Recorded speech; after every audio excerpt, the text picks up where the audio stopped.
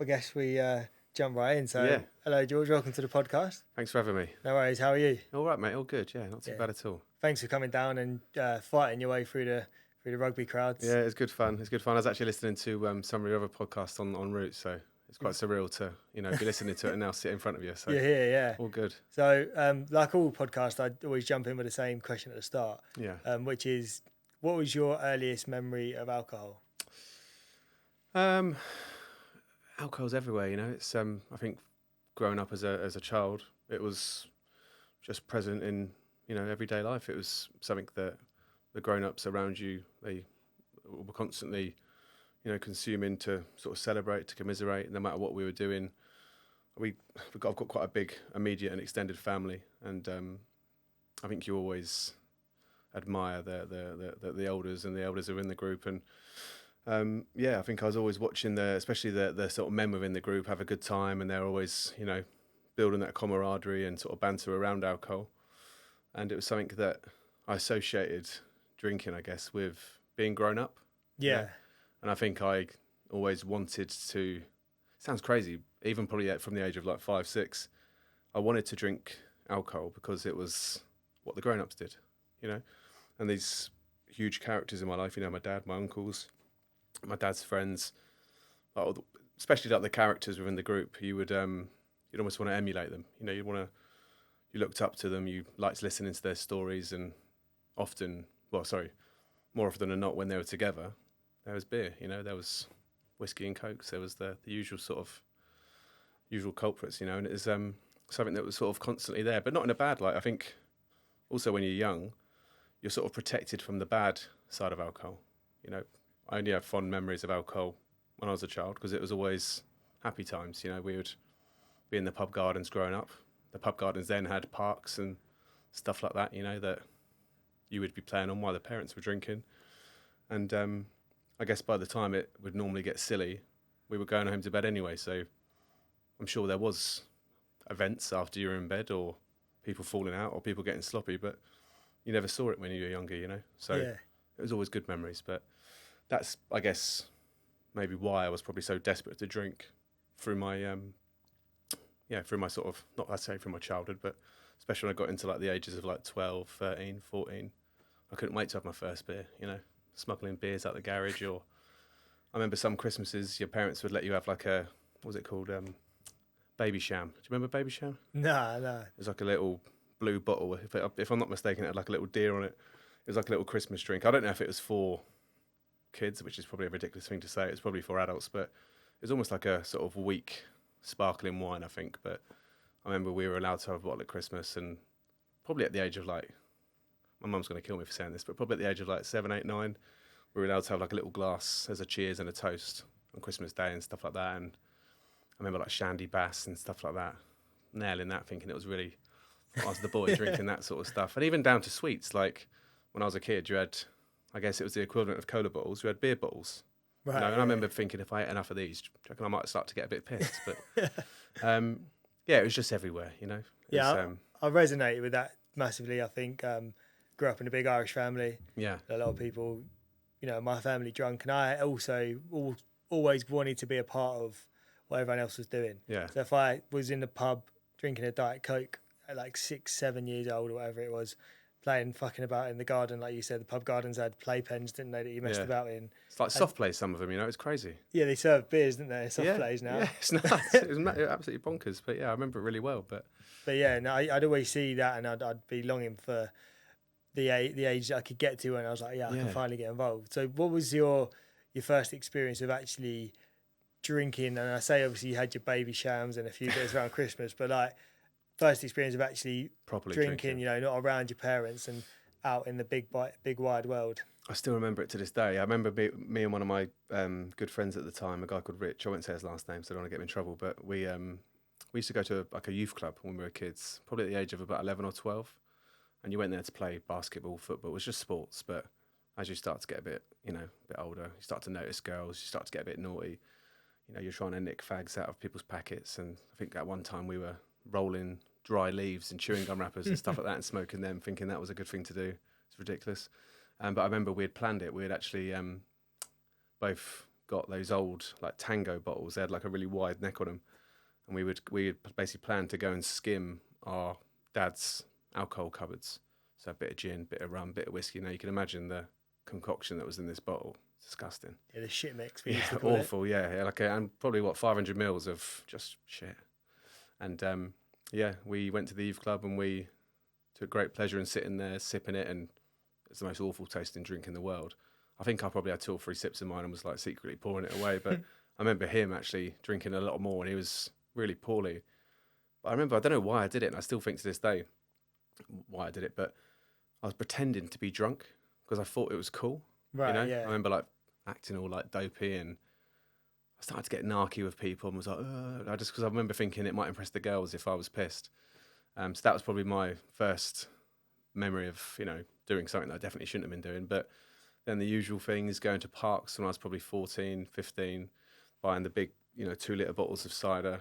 There's always one in the group that looks a bit older than the others, and we had a guy in our group called Andy, stubble and a lot taller than everyone else, big Adam's apple. And he used to actually take a different tie to school, and he'd put it on and go into the shop. And he had an old set of like fake car keys, and he used to put them on the counter. It's like a scene out of In Between. Yeah, literally. And he used to go and buy us loads of bottles of cider or beers or whatever it may be, and then we'd go out to the park and we'd just sit there necking them, thinking it was great. And cider was bearable. You could drink cider because it was just like fizzy apple juice, really. Sweet. But yeah, we'd drink. I think at the time it was White Lightning or whatever it's called.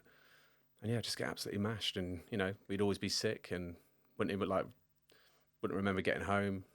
You'd think like having a hangover was a really cool thing to have. And that's 14, 15. And then that sort of transpires into going into like the local town to us is Reading. We'd get the train into Reading and we'd all put on our shirts and our big shoes and all sort of try and look as old as we could, and get past the doorman. And there'd always be 1 or 2 pubs that you knew were an absolute given. They just didn't seem to care for the rules, or they just wanted the custom. Always the real dingy places. Never like the cool places you wanted to go. Yeah. We'd all go in there with our little pockets of like money, and we'd all buy individual beers rather than rounds. And that's 15, 16, and it just sort of went from there. So by the age of like 17, 18, I'd already been drinking for 3 or 4 years, like regularly as well. Yeah. And I played rugby as well, and that was always a big drinking culture. After games, you would start to be allowed to have beers by the coaches, encouraged to have beers by the coaches and other players in the team. And it was always like neck it and down it and stuff. And I remember I remember now looking back, I don't think I ever enjoyed it. I just did it because I was almost expected to do it. I was going to ask that question. What would you say your relationship with alcohol was like? So you're obviously drinking a lot. Forced. You touched on it there. That's quite interesting because a lot of teenagers don't feel that way, I don't think. And I might be putting words into people's mouths, but a lot of people are enjoy those years, Yeah, I think it was always forced. I was doing it because I kind of thought like it was what I should be doing. It's funny because as the years have gone on, and I haven't drunk now for nearly 3 years, but go back, say 5, 6 years ago, no one liked a beer better than me. I was a proper beer man, sitting in the pub, and I'd be drinking way quicker than everyone else. But even now, I genuinely don't think I enjoy a beer. I think, again, I enjoy the feeling beer gives me rather than actually the taste of it. And people I hear, like my brother, for example, likes to have a beer and he really enjoys the taste of the beers, and that's moved him on to ales and stuff like this. And you see him sit there and they're like, oh, that's a bloody good pint, that one.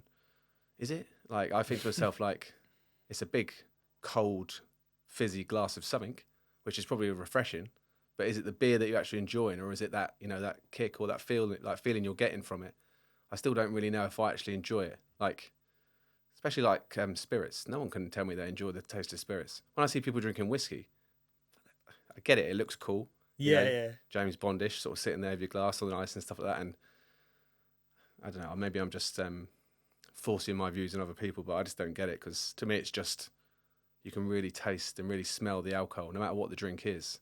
It's just a different flavoured poison, It's just that's kind of how I see it a little bit, Yeah, so you said you didn't enjoy drinking, but then you also touched on the fact that, you said like sort of 6 years ago you could find yourself in the pub nailing beers. So how did your drinking sort of progress over the years to when you got to the point you spoke about, you was going out in pubs underage. Yeah. But obviously, as life goes on, you're allowed to go out socially. Yeah, it just sort of snowballed from then on. It was it was the be all and end all of everything. It was you lived for the weekend. You worked for the weekend. I was working and earning money from about the age of 11, 12 onwards.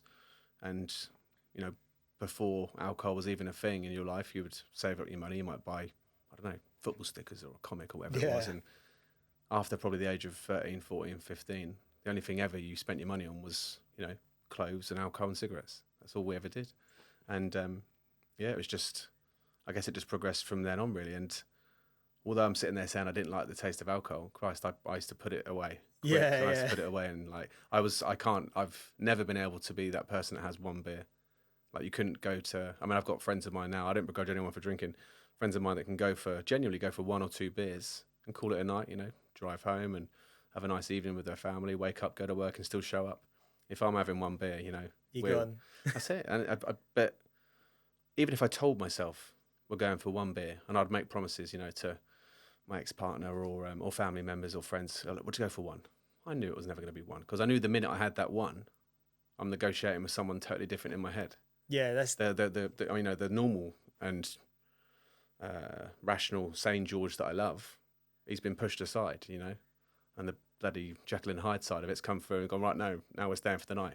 Get 3 more in and let's keep going.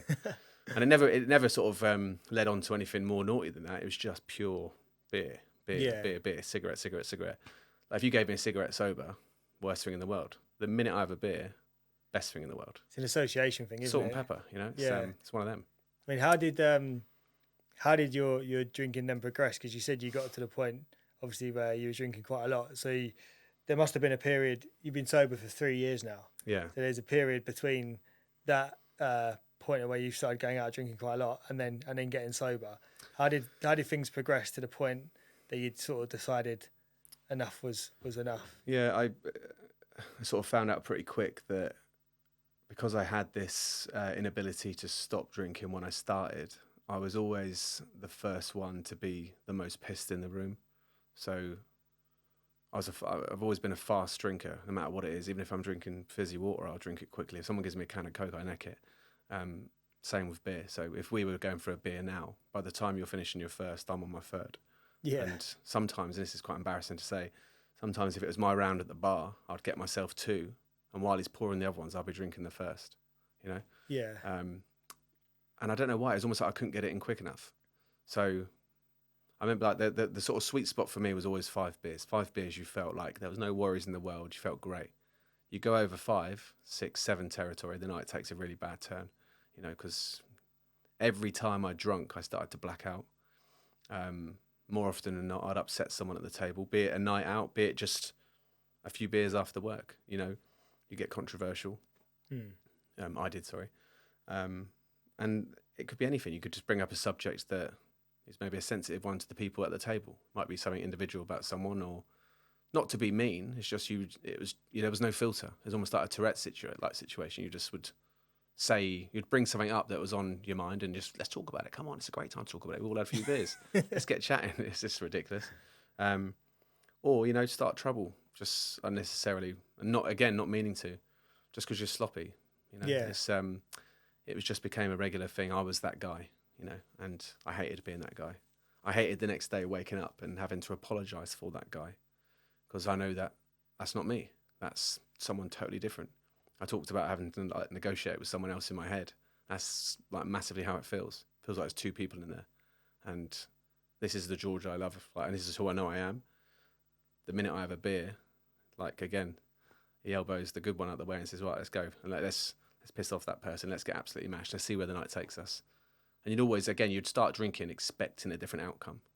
And it was never different. It was always the same. Yeah. Same old shit, I Drama, think that's basically drama all the time. That's so true, isn't it? That you have that thing where you say that you are going out for one, and you kind of believe, even though you don't believe yourself, you do believe yourself in that moment. Yeah. So my partner used to always say why don't you just tell me that you're not going out for one? It's no, because when I said it, I meant it at the time. Because it's this version of you. Yeah, I wanted to go for one beer because I thought it would be nice to go and socialise with my colleagues after work, or I wanted to go for one beer with my dad or with one of my friends I haven't seen in ages, just to catch up. But the minute the first drink, touched my lips, like you said, that was it. There was no. That's it. I could never really remember ever going for for one or two. The train's left the station, it's too late by that point, and it's crap because it's almost like I've described it to my friends before. It's almost like a prison sentence for me because it feels like I'm glad now looking back. I'm glad that alcohol affects me the way it does because I don't want it in my life.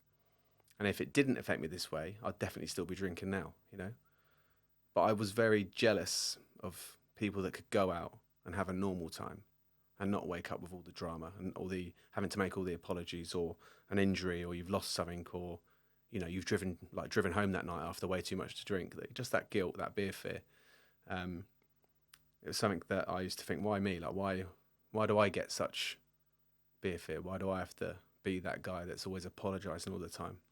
Because when you're a nice guy, it felt shit. It was this is rubbish. And people would just say to you, well, don't do it then. Just have two. I can't. Yeah. You don't get it. I can't just have two.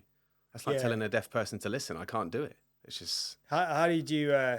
That question is a common question. I mean, do you get asked that now still? Obviously, you're 3 years in, so probably not so much. But when you first got sober, did you ever get asked that question or put that forward that why don't you come out and just have a couple? All the time. And how did you deal with that? Because a lot of people who listen to this, they'll be going through that phase of where someone's going, "Oh, I'll just have one or two," and they don't really know how to deal with that question. Yeah. What was the sort of things you did? I tried it I would sometimes give in to those requests. I'd say, all right, cool. And some people would even say, look, I'll stick with you. I mean, I'll make sure you don't drink too much, or I'll encourage that we don't have the 4th, 5th, 6th, or we won't get shots in, or drink at my pace. It's all well and good saying it, but to me it was like a caged animal. Once again, if I've had that drink, you're not going to stop me if I want to go and get another one. Yeah, because then the naughty sides come out again. And also, the people that were encouraging me to just give it a go, they also, I don't know, I'm not sure if they wanted I think they wanted me to not get as mashed as I probably was, but they wanted me there with them because I was good fun. I probably up until about the 5th and 6th pint, I was a good laugh. Yeah. The banter's flying around the table, and it's as I say, that sweet spot. We're having a good time. We're getting some rounds in. The fags are flying around, and it's just what drunk conversations are like. You can't beat it. It's just you talk about absolute nonsense. Yeah, and you love it as well, didn't you, at the time? Yeah, and there's no worries in the world. It was, and most, especially in like more recent times when I was drinking, a lot of the times I was drinking, it wasn't like big nights out. It was just sitting in like a country pub round a table with colleagues from work, like good friends of mine, and we would just be sinking beers. But I'd be doing this rather than put my kids to bed. Yeah. So I'd be making excuses to I'm going to quickly, before I come home, I'm going to go and have one beer with the guys from work. And then I'd be texting at like 7, 8 at night saying, I'm going to stay for a few more. Is everything all right? And you'd be trying to get that sort of green light. Yeah. If you got the green light, it was the best thing in the world. Got the green light. Wait for the pass. Yeah, but now I'm looking back at it thinking how sad that. I was actually favouring sitting in this pub, spending, loads of money, smoking loads of fags, drinking drink, rather than going for my little girl to sleep. It's ridiculous. It's just... But at the time, it seemed like I was winning. I was like, Christ, yeah, I had a right result there. Yeah, I think that's funny because I hear that a lot. I work in construction. That environment is the same, and there's a lot of blokes that are like, oh yeah, fuck it, gonna go out tonight. I got the pass, gonna go mad. Yeah. And it's like, if you're, I feel like even you're in surrounded by that as well. It's okay because everyone else is doing it, so you think, oh, it's not really a problem. Yeah. But it's not until you actually take alcohol out of your life that you realise, oh shit, missed out on a load of stuff. And I think you don't realise that not drinking and not going to the pub all evening, the difference between going to the pub and having 2 beers and coming home and seeing your kids and your wife and your family, and then saying that and then going out, like you said, and missing out on those things. So what was the point when you decided, enough was enough? Was there a light bulb moment where you suddenly switched? Yeah, I quit drinking 100 times. I started at first by every single year I did a detox. I called it a detox. Obviously now it's dry January. Now it's called. Yeah. But I called it a detox. So just gave my body a rest because after Christmas you felt like a bag of shit. Yeah. You've eaten too much. You've drunk every day. Drinking at 10 in the morning. Ooh, that's a good idea. So January the 1st, I couldn't wait for it.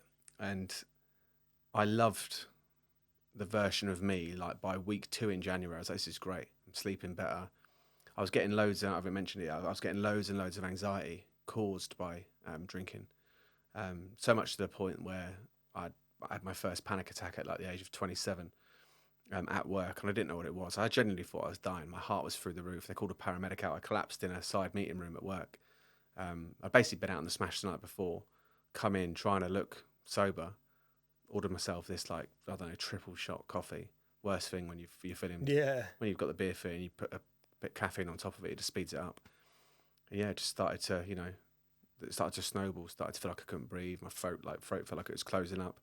Anyway, I had this big panic attack, and I think we touched on it on the phone. I off the back of it, because it scared me so much, I went to the doctors and what was going on. And by this point, I was massively overweight. I was probably, 18 and a half stone. Smoking, drinking, probably 3-4 nights of a week. On the days that I wasn't drinking, I was relatively healthy, I'd probably eat too much and stuff, but always liked to get out for my walks and stuff like that. And I, fruit and veg, all that sort of stuff, loads of water. But I went to the doctors and basically explained to him what had just happened. And rather than look at any of the other aspects of my life, he just gave me some medication and said, "Oh, it sounds like you've got anxiety to me." And I didn't know what anxiety was.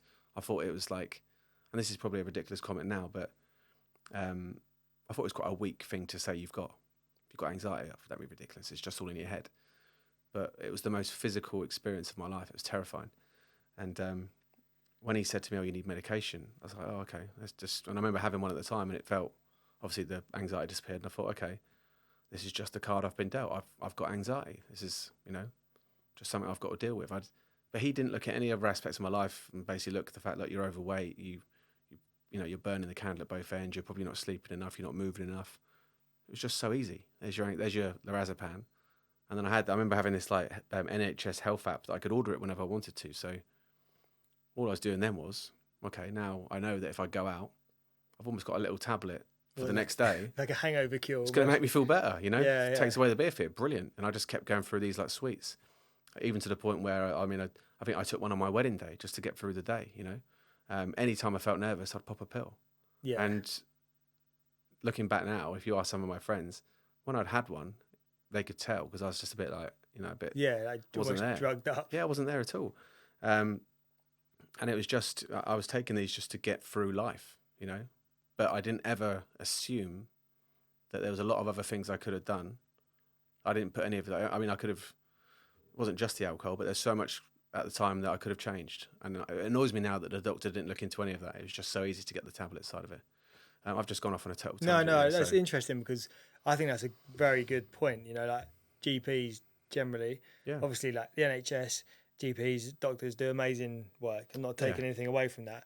But you're not the first person to say that that's always the go-to thing. And I think like with mental health, it shouldn't be medication is your first port of call. I think the doctor should say, well, what we're going to do is go away, work on your diet, like you said, move your body a bit more, watch your alcohol and drug consumption. Let's work on that. Do that for a couple of weeks, maybe a month or two.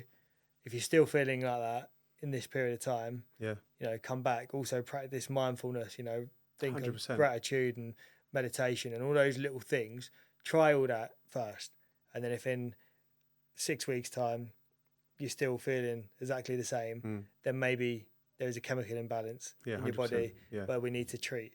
But I think it's an interesting topic, and like you said, they didn't even ask you, did they? No, not at all.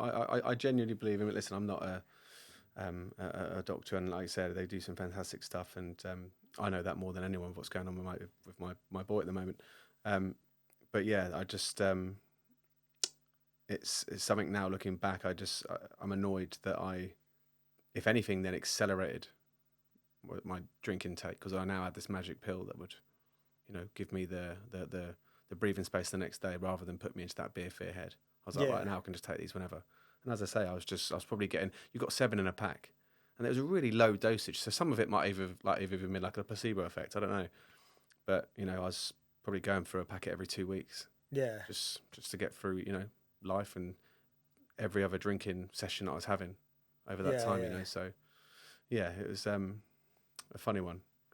And was that what was the point that you decided? Obviously, you've realised now that obviously drinking was playing a big part in how you're feeling. But at what point Yeah, sorry, that was what Did you saying, decide where you thought enough was enough? Yeah, I knew that the only, although I did rely on the medication, I go back to those periods of sobriety that I had a month at a time.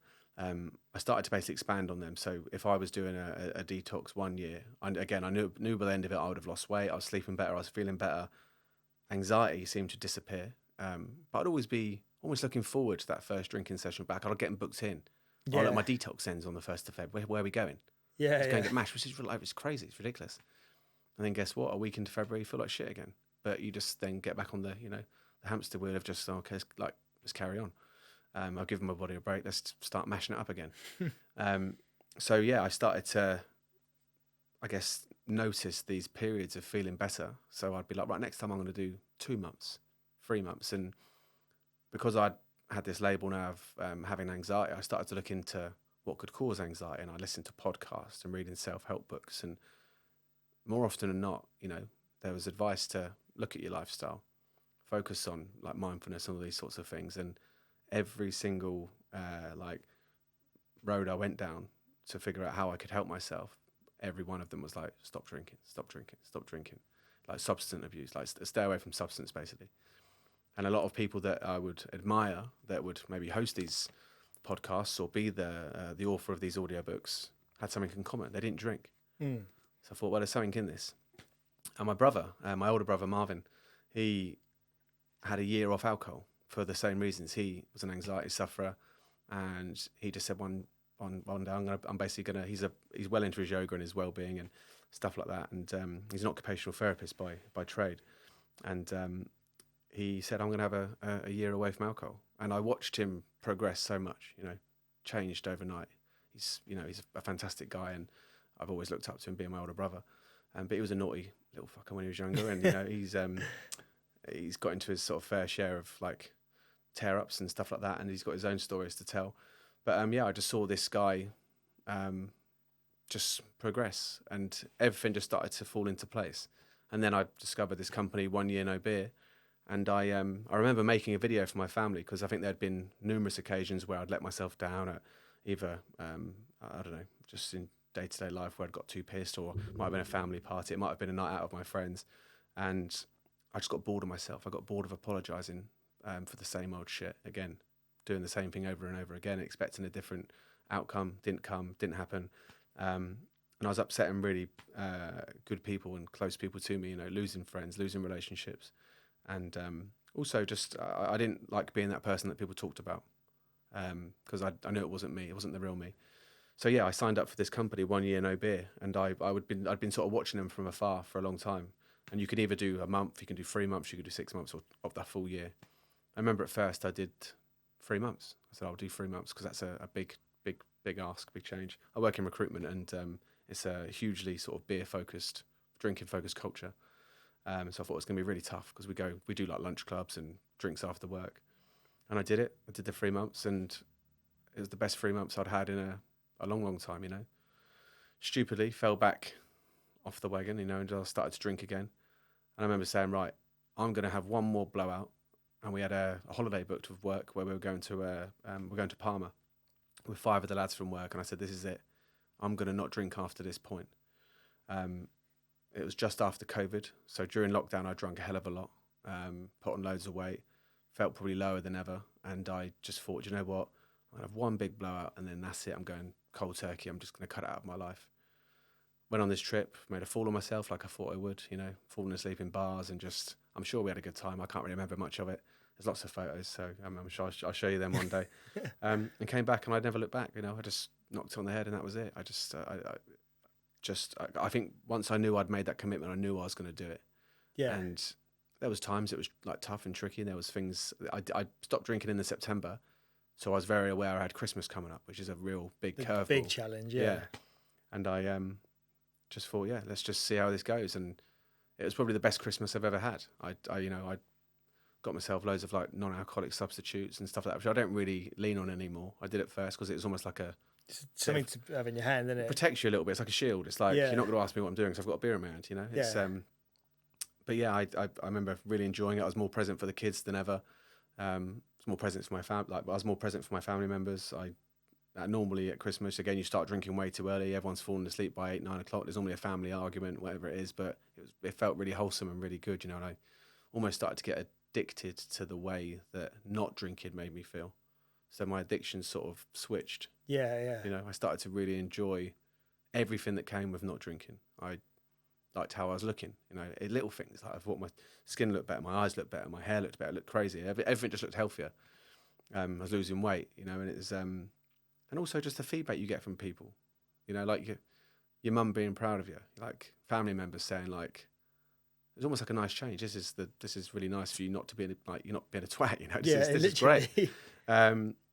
And even then, like people that I thought would try and push me back towards the drink, they didn't. I think they saw, you know what, this suits you, and they're real friends, you know.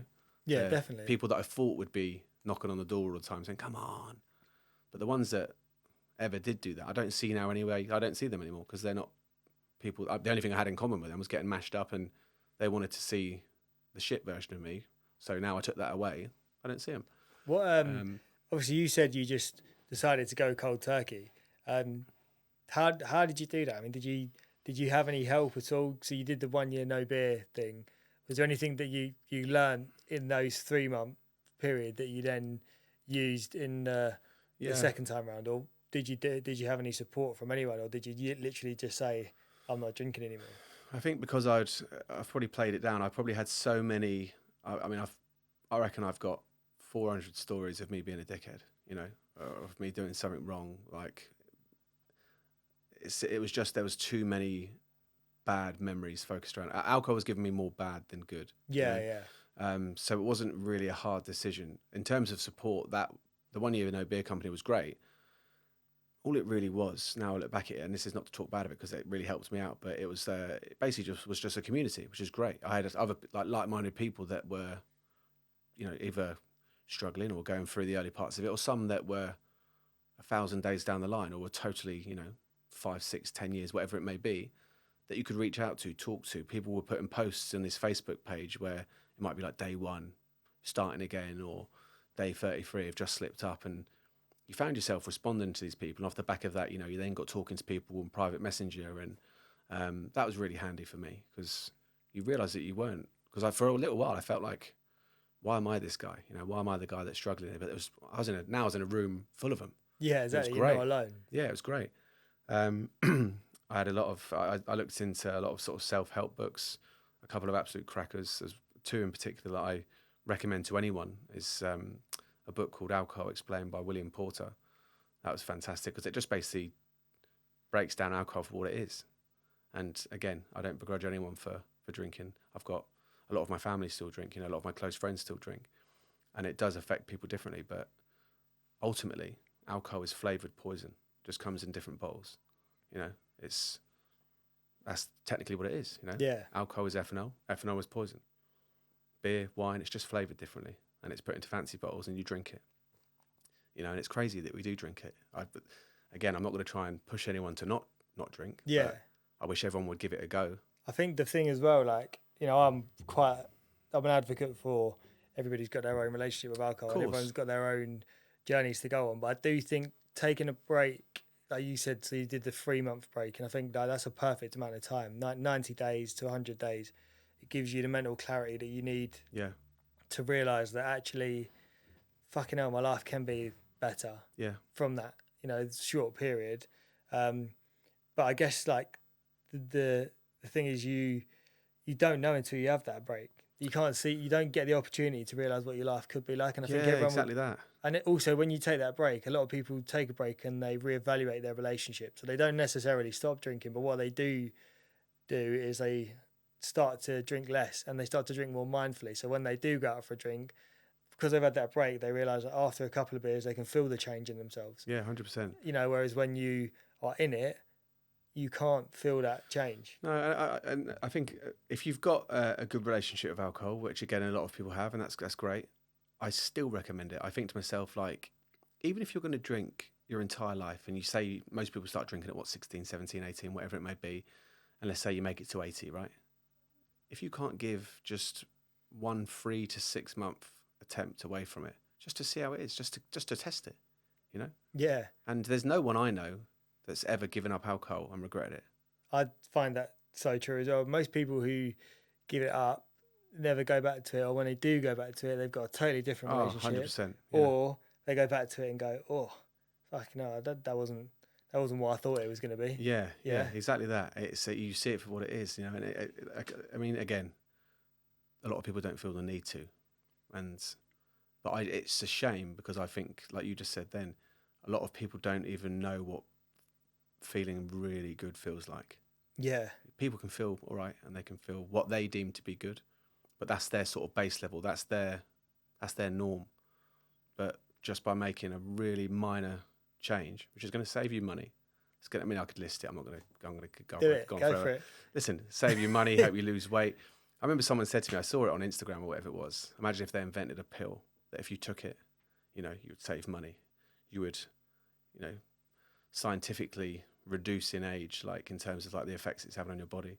You, everything about every part of your day improves. Your sleep, you know, your skin, your eyes, whatever it was. I mean, would you buy this pill? Of course you would, right?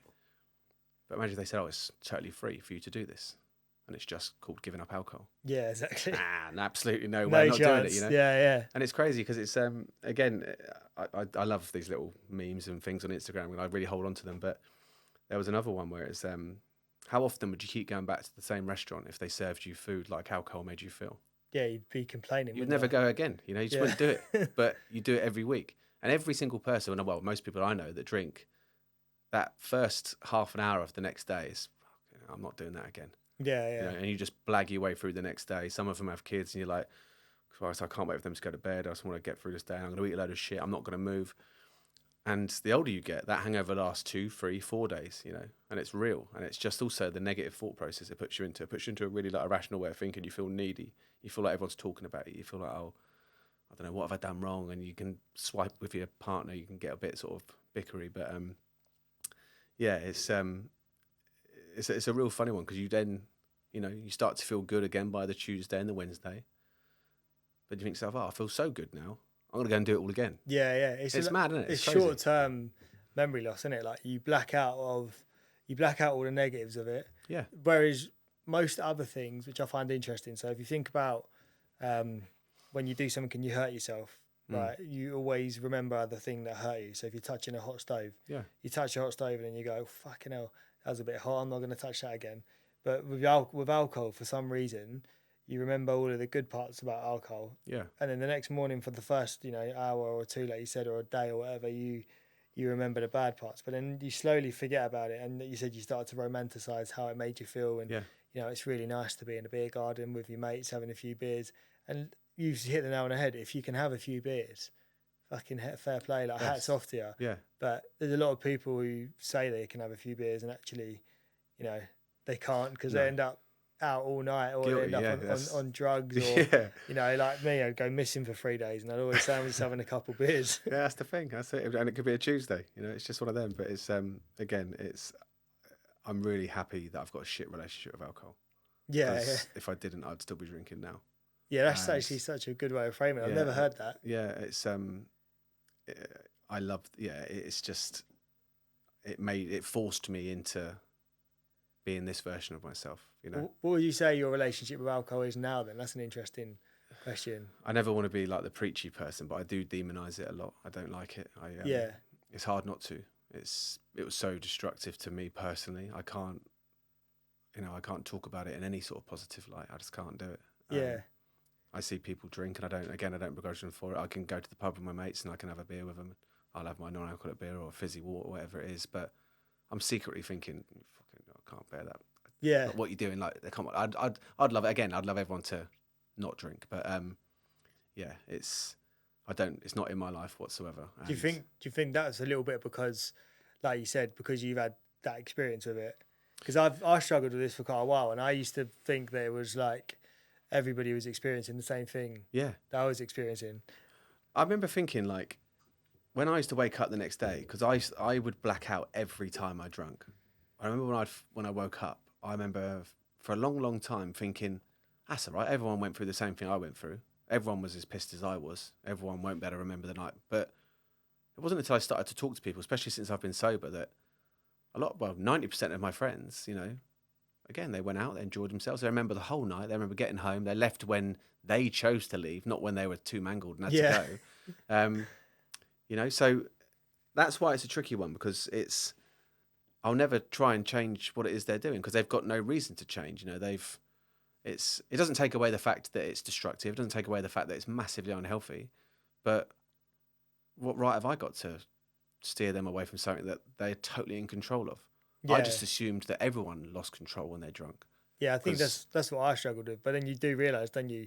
Also, when you're not drinking, you realise that, like, there's been some occasions where I've seen people. So I also did this thing a couple of times where I would have, like, rather than have loads of beers and loads of drugs, I'd go out and have 5 beers, and then I'd be like, oh, it's normal drinking. But then since going sober, I've noticed that normal drinkers, actually normal drinkers, which, if you can call that a thing, are having one beer and going home. So even what I was classing as like normal, to them, they were like, fucking hell, why are you nailing 5 beers on a Tuesday night? Like, mate, I think it's mine was so abnormal, because I would not only go and have like 4 or 5 beers after work. When I got home, I would crack open, like, randomly, like a bottle of champagne, or tuck into gin and tonics, and I'd almost have 2 nights out in one. I'd have the beers with the work guys, and then I'd go and have drinks at home with my missus. Yeah. And then I'd wake up feeling double fucked. I'd be like, Christ, and I'd really put it away. Again, neither party, the work guys or my missus, could ever keep up with me alcohol-wise. So by the end of it, I'd drunk an obscene amount.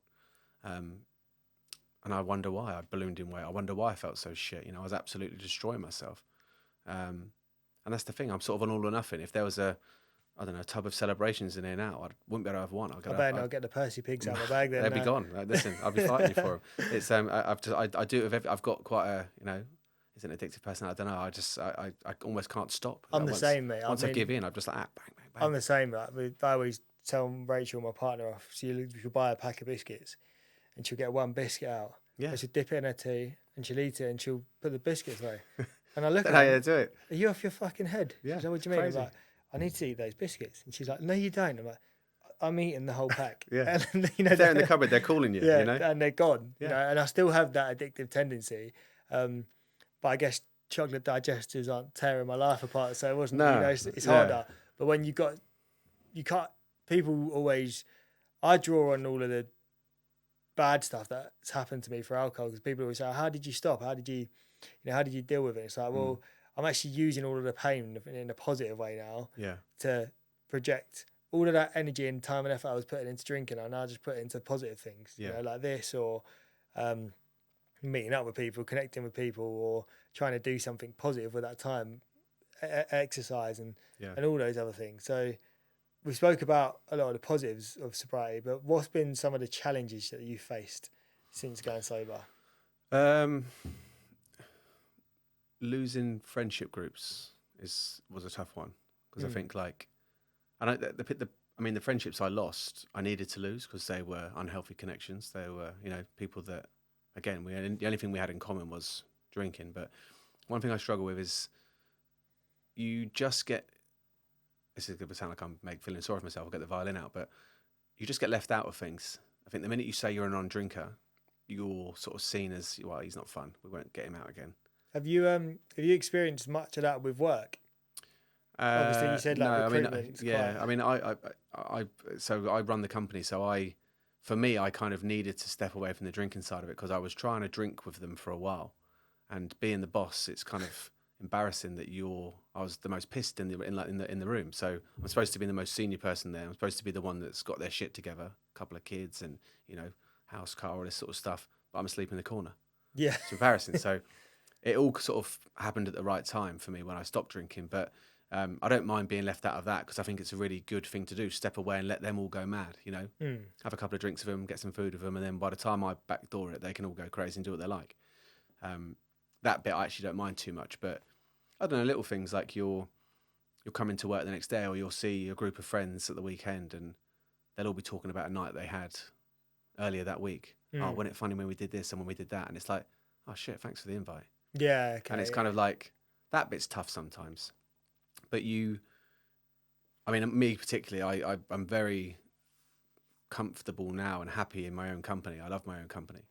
I love silence. I love peace, and I kind of, my weekends now, if I'm not with my kids, I'm on my own or with my family, like my immediate family, my brothers, sisters, my mum and dad.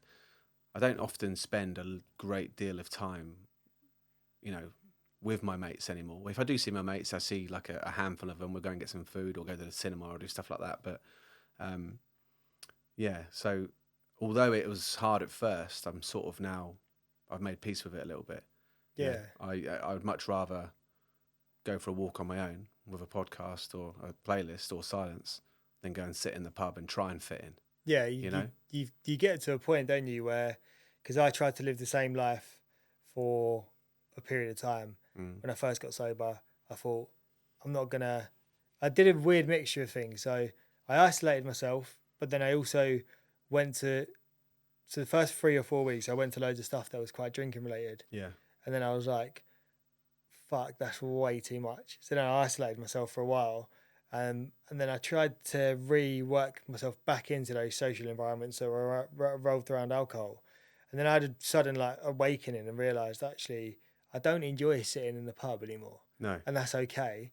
I actually enjoy similar things to you. I enjoy going for a hike. Yeah. I enjoy sitting at my computer and making a video out of all of the stuff that I've been recording on my hike. It's rewarding, I enjoy being creative, and I think when you accept that, it makes you feel more content with where you are. And I think if you're in early sobriety and you're trying to find out who you are, just try loads of different things that aren't the pub. Exactly that. And I think you're forced out of your comfort zone, because I think a lot of times people drunk alcohol as like almost like Dutch courage. They call it Dutch courage, don't they? But you would drink alcohol, you would chuck yourself into situations, and the conversations would, albeit fun, you would almost sort of take the same sort of pattern. You'd sit in a pub and you talk about old stories, and it'd always be funny, or you talk about absolute nonsense, or, oh, do you remember we did this? Do you remember we did that? When you do go sober, you do spend a good, I'm still figuring it out now, 3 years in, but you do spend a big period of it trying to figure out, shit, who am I and what do I like doing? What are my passions? Because that was such a big thing that maybe you forced into play in the first instance. Like for a massive chunk of my life, everything was alcohol. I always knew that I liked the outdoors. I know I liked going to the gym and all this stuff, but I never did those things because I was always too hungover to do them. So I was always putting something before my real passions that would, if anything, take them away because I would just not be in the right headspace to do them.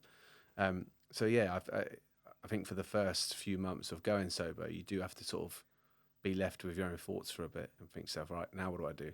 Yeah. Because I'm not going to go there because they're going to try and get me to drink and I might cave and buckle, which I don't want to do. So now I'm just sat here. I'm going to go to the gym. I'm going to go and do this. I'm going to go and do that. And before you know it, you get into a rhythm of it all. And all those things that you end up doing, either on your own or doing with other people, you get something back from them. They make you feel better. You walk away feeling, you've got the endorphins going through your body. I'm hugely into my fitness, and I like running, I like training, weightlifting, whatever it may be. And it was all things I knew that I loved while I was drinking, but the drinking didn't allow me to ever pursue them properly. So true. I've resonated with that as well. I loved music. I was in bands, singing, playing guitar, being really creative, and then discovered drugs and alcohol, and it killed my creativity. Totally killed it. And it makes you lethargic, doesn't it? Yeah, and you don't want to. You can't be fucked to do anything else because you just wanted to get fucked up. Yeah, exactly. That was it. And then now I've done a full 360, and I'm now back creating again. That's when I feel alive. Like when I do things that are creative, it makes me feel. I get that buzz out of it that I used to get. It's interesting. It's interesting because it's like I always say to people, like if anyone ever says to me, "Oh, what does not drinking give you?" It kind of gives you an extra gear. I think it allows you to stick to those promises that you made yourself. Everyone's got like a secret talent or something that they really want to do, but they keep putting off. Weirdly, I actually really like singing. Never done it. I think I can sing. It's probably the first time a lot of people that maybe listen to this are going to even know that, but I'm not going to do it now, by the way. I really, absolutely no way. I really enjoy singing, but it's one of those things that I would normally talk myself out of humongously, but I've sort of set myself a bit of a goal over the next few months, years, whatever it be. At some point, do something with it. Either go and get a singing lesson or, go to some cheesy old karaoke bar and see what happens. But what I'm trying to say is when I was drinking, a lot of the things that I would maybe, even if it was just a plan of meeting a friend over a weekend, I'd end up not doing it because I'd either stitch them up or I wouldn't be in the right headspace to do it. And it's the same with passions and goals. You talk yourself out of it, you know? Whereas when you're sober, you just do it. You know, you feel, in a weird way, you feel more confident than ever, even though Dutch courage, alcohol's supposed to give you that. If anything, I think not drinking's given me a different confidence where I'm totally happy with who I am. I wouldn't overthink situations because my head's in much more of a rational space. So I wouldn't sit there going into a situation, talking myself out of it. It's authentic confidence as well, isn't it? Like, yeah. I was speaking to someone about this yesterday, actually, and they were saying, like, oh, you seem really confident. Have you always been like that? And I was like, no, but actually I wasn't. When I stopped drinking originally, I was really within myself. I couldn't look people in the eye. I wouldn't have these conversations I'm having now. Yeah. But through being uncomfortable and putting yourself in an uncomfortable situation again and again and again, eventually they become comfortable. It's like yourself with the gym, isn't it? You know, when you first entered the gym, I'm sure you wasn't bench pressing the weight you are now. I'm sure you wasn't running the distances you're running or at the speed you're running. But you keep doing the little things over and over again. And if you can take, you know, those principles that you use in day-to-day life into your sobriety or the other way around, it's only a positive thing. I think also you realise that no one gives a shit. Yeah, you know, I think when you're drinking or when you're hungover or when you're in this constant state of just anxiety, you're always just thinking, oh shit, what are they going to think? What are they going to think? But everyone's too caught up in their own shit to give a fuck what you're doing. They really don't, you know. And if anything, not drinking feeds the rational. Drinking feeds the irrational. What has been the biggest challenge that you faced since going sober, and how have you overcome it? It's an easy one to answer. We've spoken about it off air, but so basically after my first year of being alcohol free, it's funny how things line up because I went for my first year of being alcohol free from September 2021 to September 2022, and we got hit with a huge curveball in life. Found out in October 2022, so a month after, that my 2-year-old son had leukemia. Wow. So, that was just the worst day ever. We basically noticed that he had some swelling around his eyes and was just moving different and acting different. And I remember I took him to the soft play the day before we took him in, and he just wasn't himself. You know, was very sweaty, and we ended up getting an ambulance out to the house, and they did all the checks and vitals and basically said that they thought he was fine, just sleep on it, and they were sure he'd be okay. You know, everything, all the blood pressure, everything was coming back normal. There's actually my partner at the time. My wife, she basically said, "Look, I'm not happy with that. I'm going to take him to the local emergency centre." So she took him down there. They said the same, and they said, "Look, if you want a third opinion, you can go to Frimley, which is the local proper hospital to us." So Tash drove him down there. I stayed at home with my other daughter. My daughter, I've only got one daughter. And so she took my son up there, and they ended up doing a blood test. The next day, I went to the hospital basically to just go and pick them up. That's what I thought I was going to do. And they took us into the quiet room. I remember it really vividly. And we got led into the quiet room after he had blood tests the day before. And they just dropped the bombshell and just said, "Look, he's got leukemia." And I'm not going to lie, I didn't even know what leukemia was. I knew it was bad. Because at the time, before that, we were talking that they had basically said, "Oh, it could be meningitis, it could be mumps, it could be anything." When I heard meningitis, I remember that a family member of mine had that when they were born, and I remember that being really bad. But when they mentioned leukemia, I was like, fucking hell. And I remember just the floor just felt like it disappeared. And we've got this doctor telling us this, we've got 2 nurses there looking at us all sad, and all they kept saying was, "I'm sorry." And I was like, I wasn't really kind of listening. I was like, this is just crazy. Because my son was just standing next to us playing at the time, albeit looking poorly, but he was still just playing. He had no idea what they were saying. I mean, my wife, we just broke down. You know, we just, by far still to this day, the worst day of my life. But long and short of it is, I genuinely feel that I spent the year before finding that out, getting ready. Yeah. You know, it was almost like I'm not religious. I don't believe in any of that kind of stuff really. But things just aligned because I know that if they had told me that a year before, I don't know what would have happened. You know, it would have absolutely destroyed me. I wouldn't have been in the right headspace to even comprehend it. And I think the mental strength that we've needed, and just especially like the rational thinking, and that we've needed over the last 17, 18 months now. The positive news is that he's 3 months clear now. Oh wow! Yeah, so he's had a really rough 18 months. He's basically gone through different. He went through traditional chemotherapy that made him really poorly down in Southampton when we first found out, and he basically hit every speed bump along the way. Every minor illness or major illness or complication he could have got, he got. Some kids absolutely sail for it, and some kids hit every speed bump, and he hit every fucking speed bump, and it was awful. So he ended up having a traditional chemotherapy, which worked in the first instance, but it basically made him too poorly for them to continue. If they continued, it would have, potentially killed him. They had to then move him to a different kind of medication called immunotherapy, which worked wonders. It was a really expensive treatment that was basically funded by Southampton Hospital, which we're forever grateful for, which worked. And he was technically cancer-free by April of last year. He then relapsed, and there was cancer back in his system by the September. So we went back into hospital, and it was like getting told it all over again. He was like, for fuck's sake, And then he was put forward for this new cutting-edge basically treatment called CAR T therapy, it basically was called into Great Ormond Street, which is, everyone knows Great Ormond Street, it's iconic. And he basically started going through that back end of last year. There were some initial complications, and it didn't work the first time. Not that it didn't work, they basically couldn't even get to the part where they insert these new fantastic like ninja blood cells into his system for various reasons, but it all happened in February, and he's been clear ever since. So without me sort of rambling on about it, I genuinely think that the year that I had sober before I found out prepared me for that.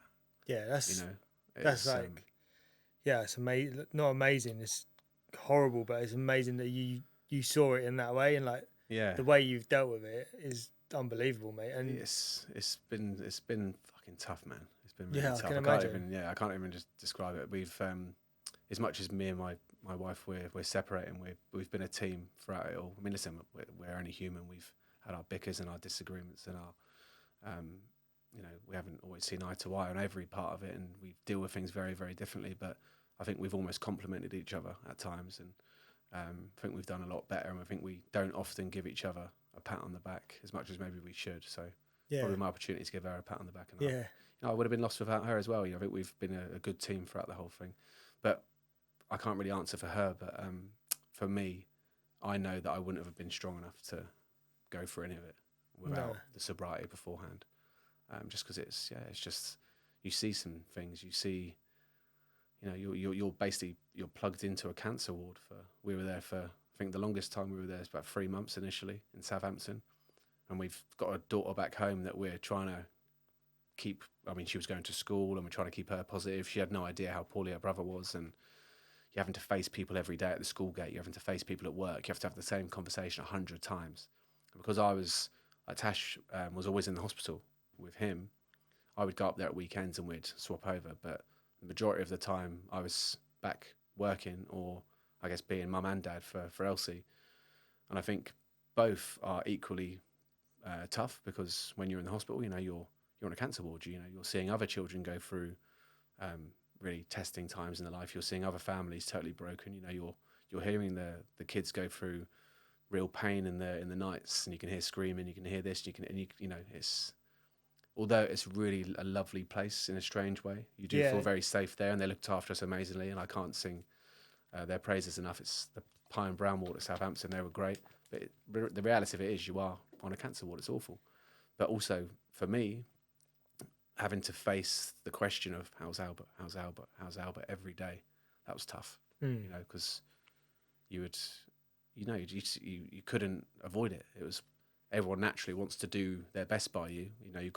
I was so lucky that we had so much support from our immediate family and friends, and then friends of friends and friends of friends of friends. It was like everyone was so great, you know. If it's giving us toys for the kids or offering help, bringing us around food, and you know, we had so much love. And again, I'm forever grateful for that. I'm never going to get a chance to thank all these people because we just got it in abundance. It was great, but yeah, I wouldn't have been able to show up every day like I did if it wasn't for sobriety. I think, you know? fucking fair play to you, mate. Honestly, I think you should be hugely proud of what you've done, and obviously your wife as well, or your ex-partner and your little boy, and just shows like the adversity that what people can do, like what humans can do. Like you're a shining example of that, because a lot of people go through. It really puts things into perspective. A lot of people go through a little bit of hardship, you know, get pissed off because they got a parking ticket, or get pissed off because they fucking got a flat tire. You know, it puts life into perspective. It really does, yeah. And I think I see that now. Especially like running a company, you get people that will call up and say, "Oh, I'm not coming in today. I've got a cold, or I've got a cough, or I've got this going, I've got that going on." And again, you see people walking through the streets getting annoyed about silly things, or you know, someone's cut them up in traffic, and you think, "So we've got no idea, like what you're moaning about or what you're saying you've got wrong with you." I've got my 3-4-year-old boy led up in a hospital, you know, going through this sort of shit on a daily basis, proper illness, and you can't come into work because you've got a sore throat, or you know, really blowing the arse out of the weekend, or you know, or someone getting upset because someone's just cut them up in traffic. So like you say, it massively puts things into perspective. And it's kind of in a weird way flown by that 18 months, but you can remember every single part of it, every detail, every evening. You know, it's been really taxing, but I can't stress enough how much I've needed the rational thinking, because I mean, we've been told some awful news over the last 18 months. At times, it hasn't looked so positive. You know, he's doing really well now, and we've got to take each day as it comes. And he's not out of the woods by any stretch of the imagination at the moment. He's still got a long way to go. But at times, it's been, you know, some of the news that we've been told has been, you know, I think one of the doctors at Great Ormond Street said he's walking a fine tightrope at the moment. That's a shit thing to get told. Like, and I remember taking that call at work. And I was in a meeting room, and everyone's like just going about their day and laughing and joking, and you can't help but be cross at the world. You're just like, again, I wish I had minor problems, and I wish I could laugh at this, and I wish I could just not live in this world for a moment, just because it's all you live and breathe it, you know. And it's all I've lived and breathed since October 26, 2022, you know. And it's one of them. But you have to look at it sort of pragmatically. You have to look at it rationally, because it kind of is what it is. And the only thing we can do is be led by the experts. And the only thing we can do is, you know, totally surround him with love and just support and be there for him, make him laugh, you know, celebrate the good days and sort of totally smother him on the bad days, you know. Yeah, I think, honestly, like I said, your outlook on it is inspirational, mate. It's honestly, it's amazing. And I think it's a thing that probably not a lot of, I've certainly haven't spoken about much on this podcast. Really, it's a tough one to talk about. It's something. It's a bit of a taboo subject, isn't it? You don't really know how to approach it. It's a bit of a minefield, you know. You don't know what to offer someone going through that. Like you said, you don't want to ask them constantly, "How's this person?" You kind of, you don't know where to. I think it's hard for the person in your shoes rather than mine, because it's kind of like you say, you don't. What do you want to hear? Like, what do you want? What can I ask? What can't I ask? And you also want to be authentic, and you want to, you know, you don't want to ask the same thing. But it's, you know, it's just one of them. And I feel for. I don't know how I would be if the shoe was on the other foot. If one of my friends was going through it. That's mad. The way you're saying that, what you're going through, though. Yeah, but But I feel the pain of the person on the other side, because I just can't. Because I guess I've seen hundreds of people come up me, and you know, they come up. Some people just come over and don't say a word and give you a hug. You know, some people come over and they're almost a bit too chatty, you know. Some people try not to talk about it at all, and they'll talk about things that end up pissing you off, because they're just like, "Oh yeah, what you been up to much?" You're like, just get to the point, man. It's like, but it's, you can't begrudge people for any of it, because all they're trying to do is make you feel as comfortable as possible, you know. So it's a shit one for all parties, but it is what honestly, it is. Yeah, you should be. Yeah, like the way you spoke today, and you should be immensely proud of yourself. Trying, mate, trying. It's, you should be. Yeah, it's a tough one, because I think all of this. One thing I want to get across is sobriety it doesn't fix everything. You know, you've still got your quirks. I've still got a lot of things I'm working on myself. You know, I'm not the complete person. I think sometimes that's something that I want to get across, because I think a lot of people that attach to people that go sober is, oh, you know, you think your shit doesn't stink, or you're on a pedestal, or I don't know, oh, high and mighty or whatever it is, because you do something that I couldn't. Or I think some people think that sometimes, but I haven't got my shit together at all. I'm still constantly battling. I'm just very aware that this thing over here doesn't serve me whatsoever. So I had to cut it out. And I'm now trying to figure out a lot of stuff. You know, I still let myself down, and I can still be hot-headed at times. You know, I can still be argumentative. I can still get things wrong when it comes to every aspect of life, be it managing a company, be it parenting. But yeah, I just have to be honest with myself for all of it, and try and correct it for the next time, you know. I think you hit the nail on the head. It's all sobriety is doing is allowing you the mental clarity to deal with stuff slightly better, but it's not taking away all the issues. And I think that's an important message to take from this episode, is that, you know, your situation is an example of that. You know, you could argue that the worst thing that ever's happened since you've gone sober, but look at how you dealt with it is a testament to you. Yeah, it's a funny one. You know, it is a real shit curveball that life's thrown us, and it's the kind of stuff you normally only see on sort of on telly or you know, charity adverts, but we live in it. And you know, there's been some real positive highlights along the way. You know, again, as I said, the love we've been shown by the support of the sort of wider circle of the family group and the sort of community group. You know, the charities we've been involved in. You know, the lovely people we've met along the way. So yeah, it's not all bad. It's just most of it.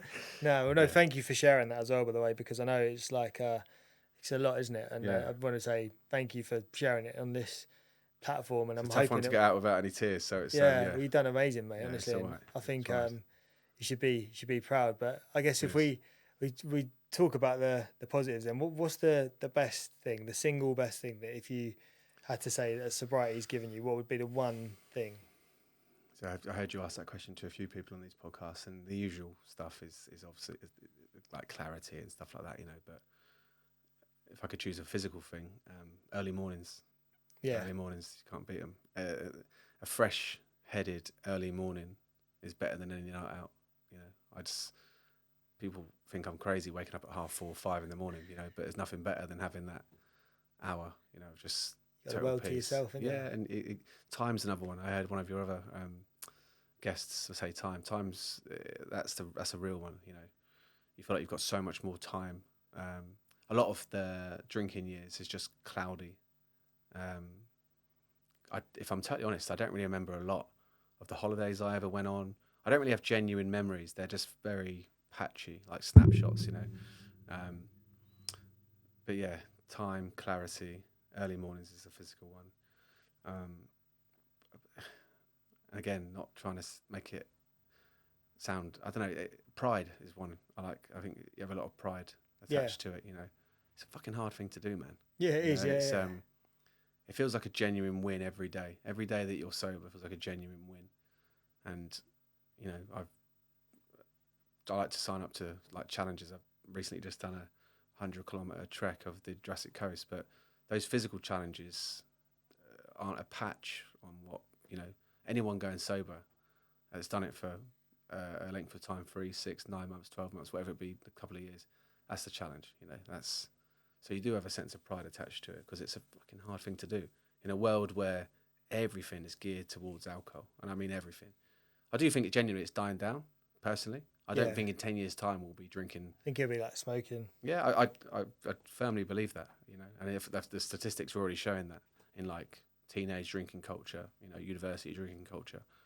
I think kids these days are a lot more aware. Yeah, Gen Z, like Generation Z or whatever you call them, that generation of kids, I think like 40% of them are opting towards alcohol-free options and things like that. And like you look at like shopping centres and stuff, the aisle that's continuously growing is the non-alcoholic section. Yeah, exactly. Things like you said about your friend having a non-alcoholic drink shop and pubs, and I know there's now a bar in London that's the Lucky Saint bar or whatever it's called. Yeah. Just serve Lucky Saint beers, and every pub that serves Guinness Zero, and these things are going to become more and more common, you know. But I don't think it will be definitely looked at in the same light.